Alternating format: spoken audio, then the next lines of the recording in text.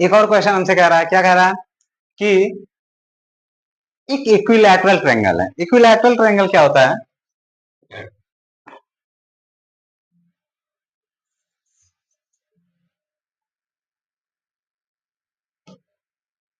Equilateral triangle क्या होता है?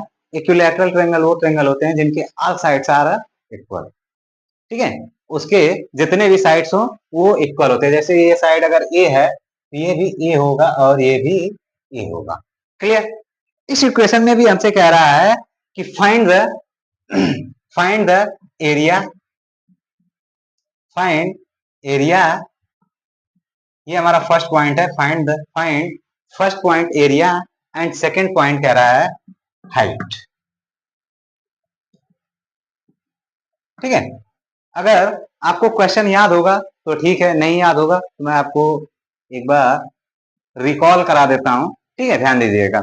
जैसे हमें क्या करना है, अगर हम यहाँ पे एक लाइन ड्रॉप कर लें, इस लाइन पे जैसे मान लेते हैं ए बी और ये सी है।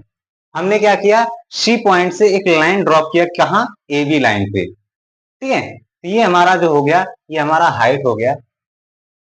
ठीक है, हाइट हो गया, और यही हाइट हमें फाइंड भी करना है और इसी के अकॉर्डिंग हमें एरिया भी फाइंड करना है। तो चलिए करते हैं, देखते हैं।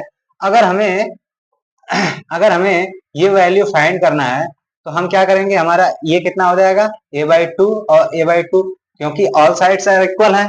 जब यहाँ से अगर लाइन ड्रॉप करेंगे तो ये आके मिड पॉइंट पे ही गिरेगा। ठीक है, मिड पॉइंट पे ही टच करेगा, तो ये हमारा हाफ डिस्टेंस इधर हो जाएगा, हाफ डिस्टेंस इधर हो जाएगा। तो हमें एच की वैल्यू फाइंड करना है। तो एच इक्वल टू हमारा क्या हो जाएगा, एच इक्वल टू हो जाएगा under root A square plus A square plus A square by 4 आ जाएगा। अगर यहाँ से हम इसको सॉल्व करें तो अंडर रूट हमारा कितना आ जाएगा, 4 प्लस ए स्क्वायर बाई 2, यानी हमारा कितना आ जाएगा, ओह यहाँ पे प्लस नहीं रहेगा, माइनस रहेगा। ठीक है, ये हमारा क्या हो जाएगा, माइनस हो जाएगा। तो यहाँ पे हमारा कितना आ जाएगा, under root three A square by 2 हो जाएगा। और यहाँ पे फिर अंडर रूट 3 ए स्क्वायर हमारा अंडर रूट से बाहर आ जाएगा तो बटे 2 बचेगा। ये हमारा हाइट हो जाएगी। क्लियर? ये हमारा हाइट आ गया। ठीक है, अब इसके बाद तो ये हमारी हाइट आ गया। और इस क्वेश्चन जो हम अभी क्वेश्चन कराने वाले हैं, इस क्वेश्चन में कह रहा है कि एक इक्विलेटरल ट्रायंगल है और ट्रायंगल की हर साइड जो है वो कितना है, प्रत्येक साइड 10 सेंटीमीटर है। कितना है, 10 सेंटीमीटर है। तो ठीक है, हमने हाइट पहले ही फाइंड कर लिया। तो अगर हाइट की वैल्यू अगर यहाँ पे रखें तो हाइट की वैल्यू रखें तो under root 3 into 10 divide by 2, तो 2 5 जा इतना आ गए। और अंडर रूट 3 की जो वैल्यू होती है वो होता है 1.732 इंटू 5 से अगर इसमें मल्टीप्लाई कर देंगे तो हमें हाइट कितना मिल जाएगा, 8.66 सेंटीमीटर। कितना मिल जाएगा, 8.66 सेंटीमीटर। हालांकि मुझसे पहले एरिया पूछा था, मैं एरिया भी पहले बता सकता था, बट मैं आपको एक फार्मूला रिकॉल कराने के चक्कर में आपको पहले हाइट फाइंड करा दिया। क्लियर? उससे परेशान न होइए। ठीक है, क्योंकि आपको फॉर्मूला रिकॉल होना चाहिए, याद होना चाहिए।